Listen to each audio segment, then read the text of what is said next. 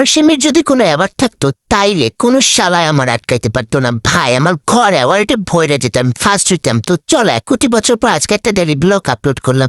সকাল সকাল এর সাথে দেখা হয়ে গেল, তারপর চা না খেয়ে তো দিন শুরু করা অসম্ভব।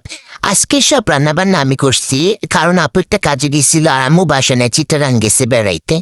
তো ইলিশ মাছ ভাজা ছিল, আলু ভর্তা ছিল, অনেক প্রকার ভর্তা বানাইছে, এখন বলতে পারবো না, সরি।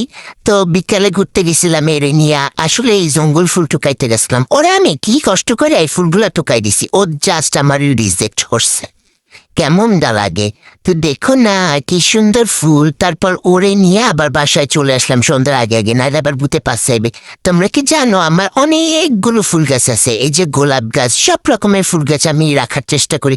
এই যে সেপারি ফুল গাছ এখনো করে দিচ্ছে। এই যে আমাদের কবুতর, মনে হয় গার্লফ্রেন্ডের লাগে ঝগড়া হয়েছে। তারপর চা, চা না খেয়ে যেমন দিন শুরু করা অসম্ভব, শেষ করা অসম্ভব, বুঝছো?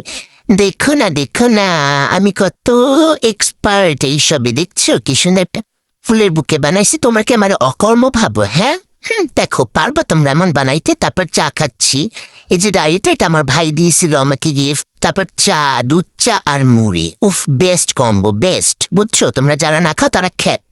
এই যে দেখো কি সুন্দর বুকে, বুঝছো? তারপর এই যে আমাদের পাশের বাসার একজন স্ট্রবেরি গাছ লাগাইছে, কি সুন্দর ফুল ফুটছে, দেখছো? মাশাল্লাহ। তারপর এই দেখো যার রমিতে ও পাইবে ফার্স্ট অ্যাওয়ার্ড, আর আমি তো আরশিমিকে পামু, বুঝছো? তারপর দেখো এই যে আমাকে দেখা যাচ্ছে, বুঝছো? এটা চাঁদ না আমি। আল্লাহ হাফেজ, সাবস্ক্রাইব করো।